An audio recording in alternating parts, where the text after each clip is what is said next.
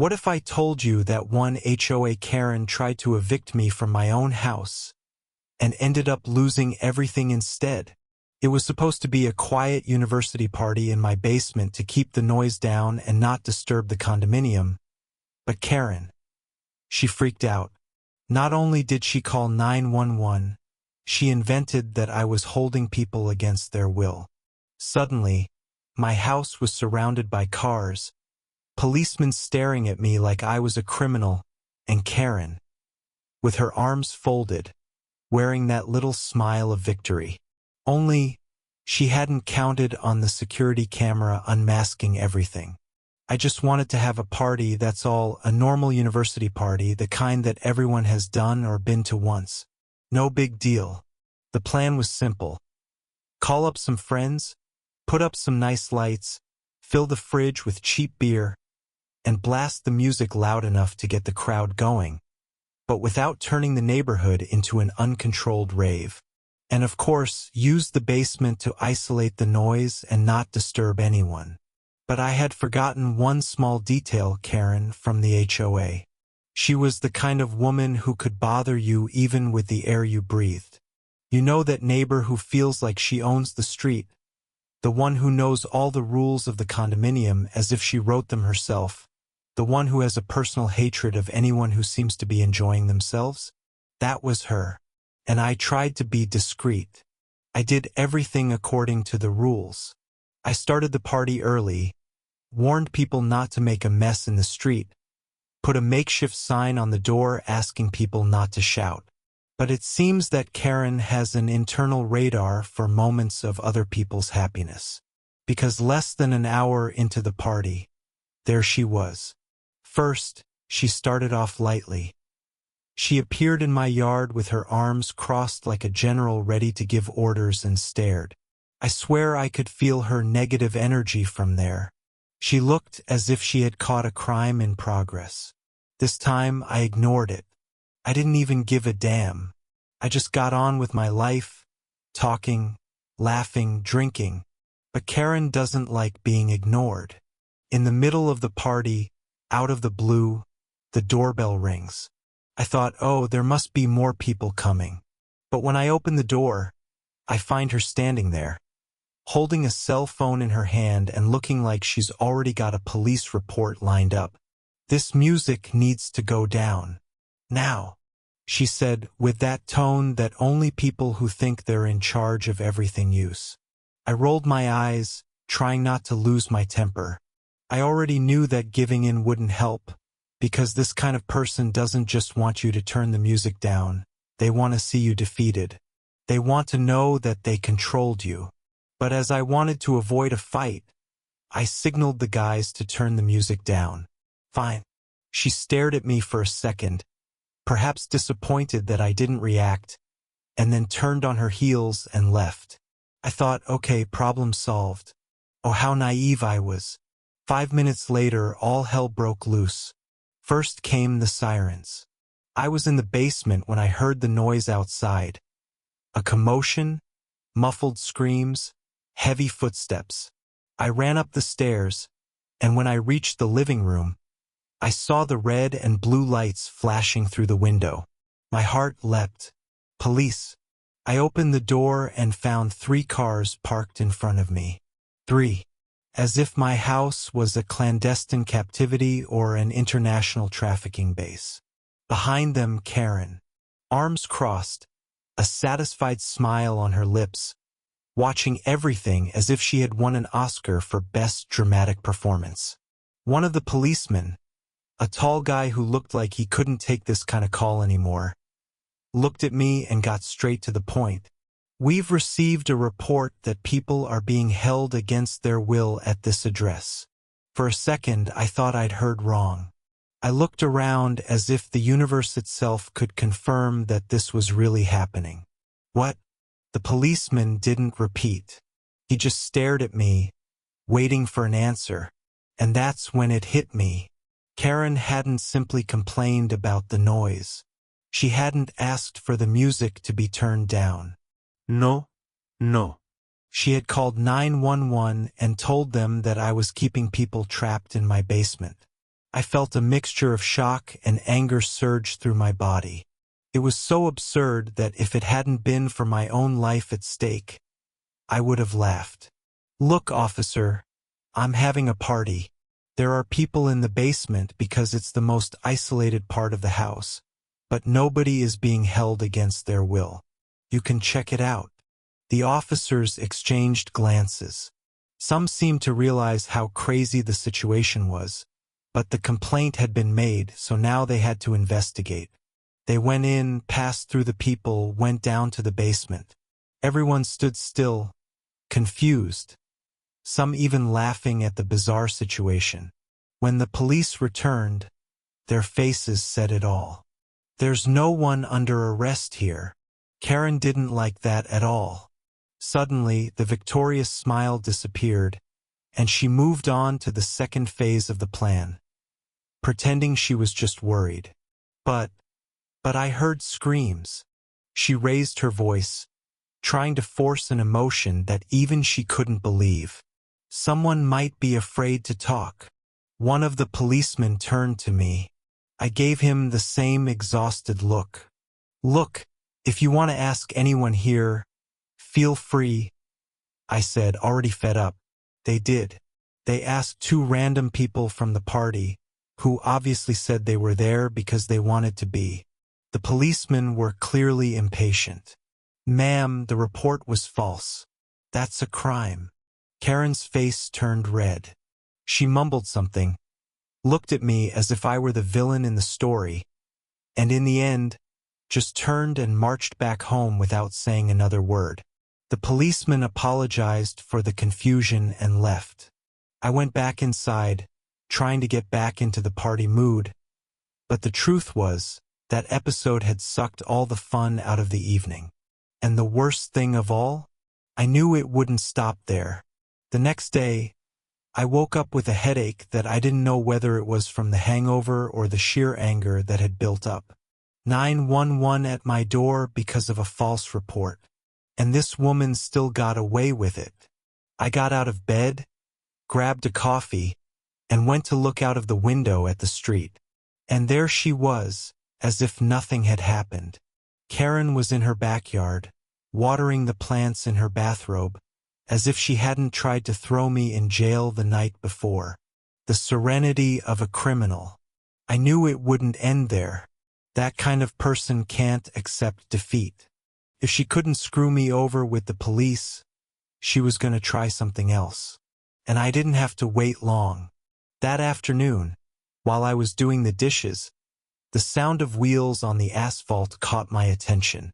I looked out of the window and saw a black car parked right on my sidewalk. Out of it came two guys in suits with briefcases in their hands. That was it. Now came the bureaucratic coup. When I opened the door, one of the suits, looking like a real estate agent from a TV commercial, smiled and handed me an envelope. "Good afternoon. We're here on behalf of the Residents Association to discuss a serious breach of the condominium rules." I took a deep breath. Of course, because throwing a party is a crime now, isn't it? The guy didn't even blink. "You've been reported for keeping an unused space in your home. In addition, there are allegations of danger to the safety of residents due to your activity." It almost made me laugh. I looked at the envelope, then at the two of them, and then at Karen's house. She was on the veranda having tea, pretending she didn't even know what was going on. But I could tell. She was savoring this moment as if it were a five-star dinner.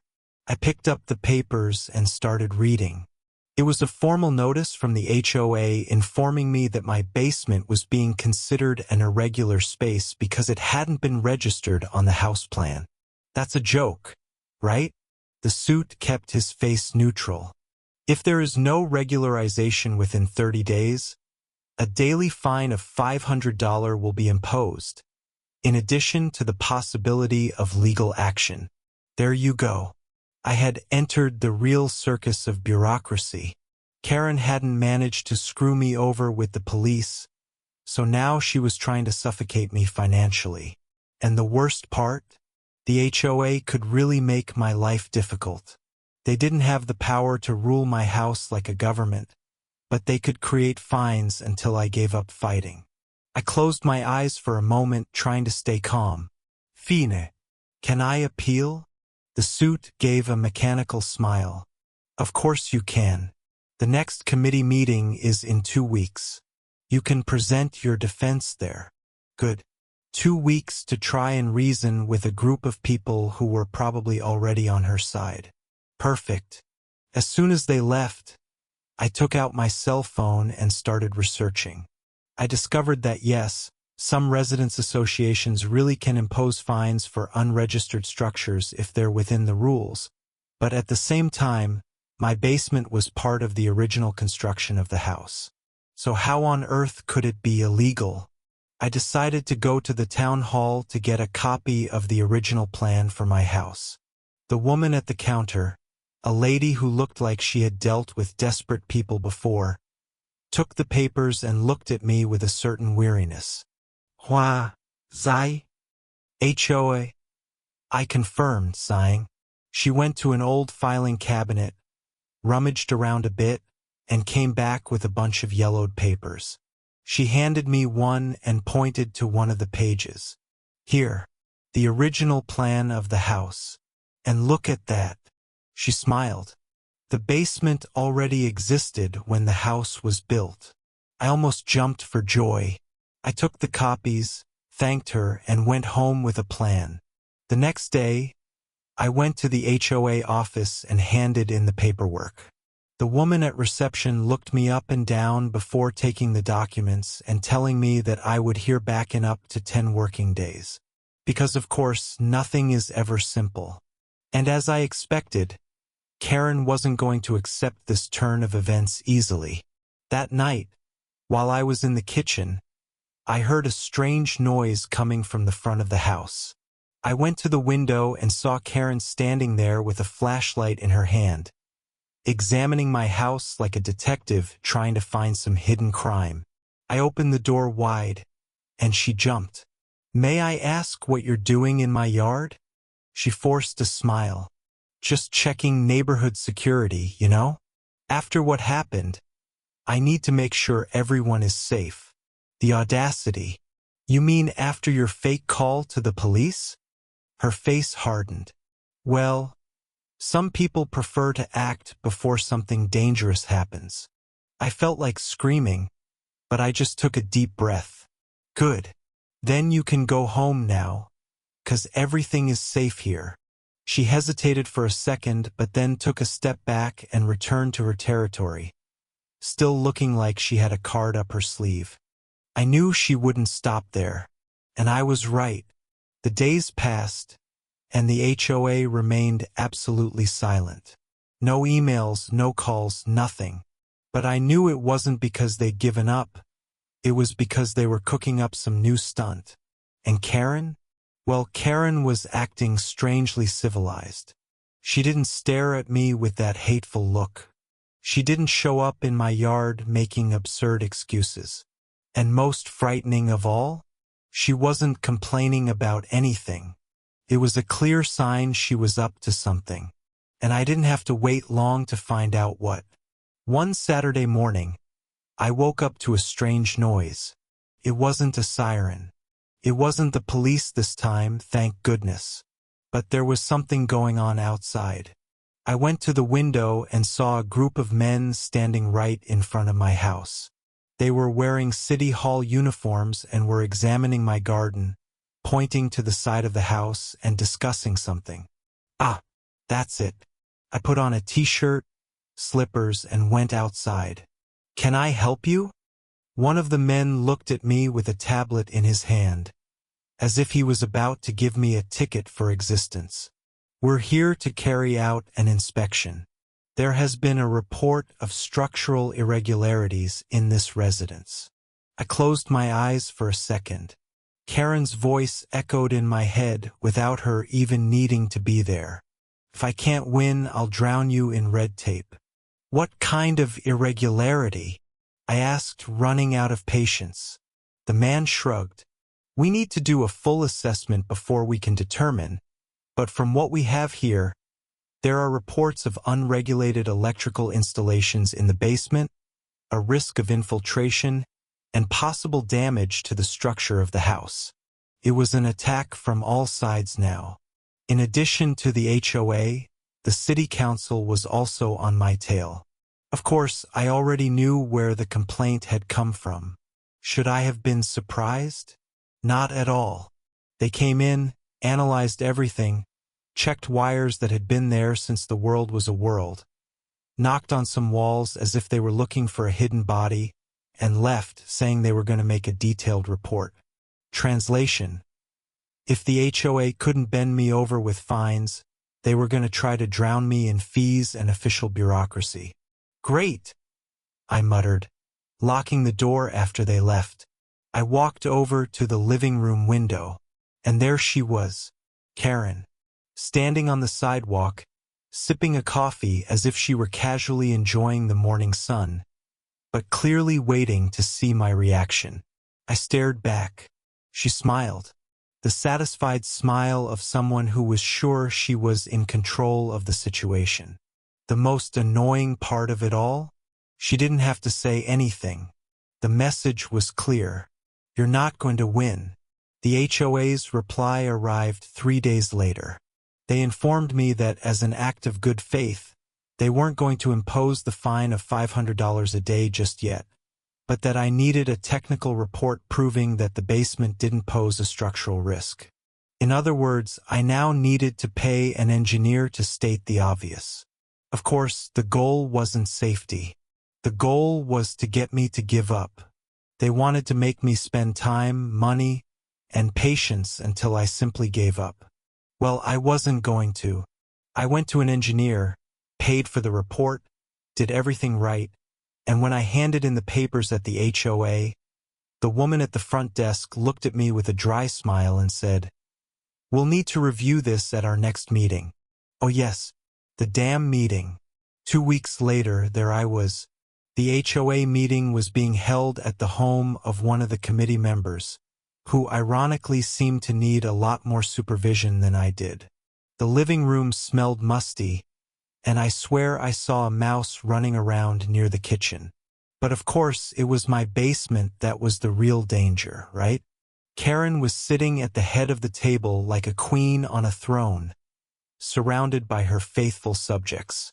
When I arrived, she put on a little show, arranging the papers in front of her and giving me a look of superiority. I sat down and the meeting began. Condo budget, new gardening rules. A resident had parked a trailer on the street, and this was unacceptable. Until it was my turn. Karen snorted and gave me a condescending look. We have here the case of Mr. My Name, who recently had his home inspected because of several reports of irregularities. Several complaints, as if she wasn't the one making them all. After analysis, we found that although the basement is already part of the original structure of the house, there are concerns about its use. What concerns? I asked, crossing my arms. She looked at me as if I were a stubborn child. The recent history of parties and excessive noise raises questions about the impact this space could have on the neighborhood. In addition, there are reports of suspicious movement and activity that could compromise the well-being of the community. The level of absurdity made me laugh. Suspicious activity? You think I'm running a trafficking racket in my basement? Do you? She didn't laugh. I'm not saying that, but considering the concerns of some residents, we want to implement a periodic inspection to ensure that the use of the space is up to HOA standards. In other words, they wanted to be able to enter my house whenever they wanted to check that I was behaving like an obedient resident. The nerve was unbelievable. I got up from my chair. So that's it? You can't fine me, you can't ban me from using the space, so now you want to inspect my house. Karen smiled. These are preventative measures. I looked around. Most of the other committee members couldn't even look at me. I took a deep breath. Okay, so here's my proposal. Karen raised her eyebrows in surprise. Proposal. I took out an envelope and slid it across the table. I've hired a lawyer. This is a notice that if anyone from the HOA steps foot in my yard without a warrant, I will sue you for trespassing. The silence was instantaneous. Karen took the envelope with a forced smile. Do you really want to take it that way? I crossed my arms. I want to go down the road where you stop bothering me. She stared at me for a moment. Then she smiled. And I knew that this fight wasn't over yet. I left that meeting knowing one thing: Karen wasn't going to give up. She could have taken a legal beating with my threat of a lawsuit, but people like her don't accept losing. It wasn't about the basement. It wasn't about the HOA. It wasn't even about the neighborhood. It was about the fact that, in her mind, I had challenged her little personal dictatorship. And of course, she was going to try to make amends. The question was how. The answer arrived 3 days later in the form of a ridiculously official piece of paper stuck to my door. Notification from the town hall. Temporary bon. It was a letter informing me that my house was being considered potentially unfit for habitation until a full structural inspection was carried out. Translation: Karen had managed to get me out of my own house. I stared at that piece of paper for a moment, trying to absorb the woman's level of assholery. Then I did the only thing that made sense. I laughed. Yes, I laughed because it had already left the territory of the absurd and gone straight into the comedy zone. Me being temporarily evicted from my own home because someone felt the basement posed a risk. It was a daring strategy. With my house banned, I would have to go somewhere else. That meant she would have time and space to find some other way to screw me while I was away. But of course, I wasn't going to let that happen. My first stop was the town hall. The same woman who had helped me last time looked at me with an expression that said, "What now? HOA again? HOA again." She took the papers, looked at the complaint, and snorted. "This is ridiculous. They're claiming that your house is a risk based on nothing." That's right. She spun around in her chair and picked up a phone. "I'll call someone to sort it out now."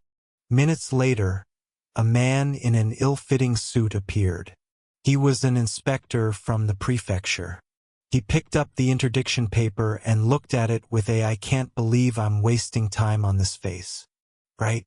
We'll go to your house right away." We got there in less than 20 minutes.